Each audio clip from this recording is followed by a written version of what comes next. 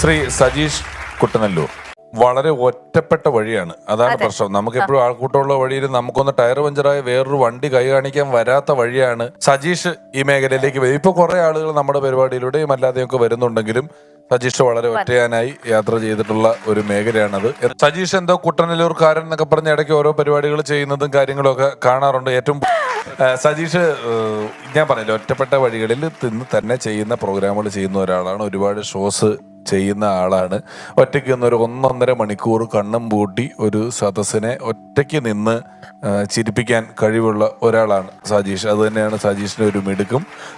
സജീഷ് അങ്ങനെ കുറേ ഒബ്സർവ് ചെയ്തിട്ടുള്ള ഫേസ്ബുക്കിലൊക്കെ സജീഷ് ഇടുന്ന കുഞ്ഞു കുഞ്ഞു പോസ്റ്റുകളൊക്കെ ചിലപ്പോൾ ഞാനിങ്ങനെ തട്ടി നോക്കുമ്പോൾ കാണാറുണ്ട്. ഗംഭീര ഒരു സംഭവം നടന്നാൽ അതിനെപ്പറ്റി വളരെ നമ്മൾ ആരും കാണാത്ത ഒരു വീക്ഷണകോണിലൂടെ അത് കണ്ട് അതിനെപ്പറ്റി ഒരു 5 മിനിറ്റിൻ്റെ ഒരു ചെറിയ പരിപാടി ചെയ്ത് അപ്പം അപ്ലോഡ് ചെയ്യുക എന്ന് പറയുന്നതൊക്കെ സജീഷ് ചെയ്യുന്നതാണ്.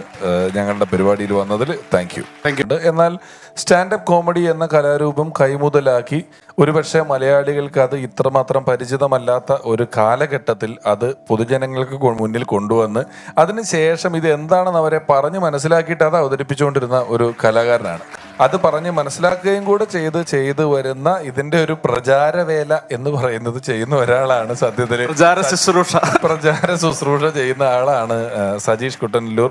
അതുകൊണ്ട് തന്നെ അദ്ദേഹം ഈ പരിപാടിയിൽ വരാൻ കഴിഞ്ഞത് നമ്മളുടെ ഒരു വലിയ ഭാഗ്യമായി കരുതിക്കൊണ്ട് അദ്ദേഹത്തിന് ഒരു ചെറിയ ഉപഹാരം ഈ അവസരത്തിൽ നൽകുന്നു.